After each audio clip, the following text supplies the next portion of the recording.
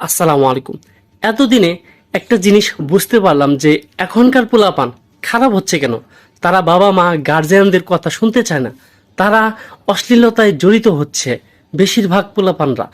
এর কারণ হলো তাদের বাবা মারা পারিবারিক যে শিক্ষা আচরণ এগুলো শিক্ষা দেয় না, পাশাপাশি তারা সহবাসের সময় এই দোয়াটি পড়ে না। স্ত্রী সহবাসের পূর্বে দোয়াটি হলো বিসমিল্লাহ আল্লাহুম্মা জান্নিবনা শাইতানা ওয়া জান্নিবিশ শাইতানা মা রাজাক্তানা। এই দোয়াটির অর্থ হলো আমি আল্লাহর নাম নিয়ে শুরু করছি, হে আল্লাহ তুমি শয়তানকে আমাদের নিকট থেকে দূরে রাখো এবং আমাদের যে সন্তান দান করবে তার থেকেও শয়তানকে দূরে রাখো।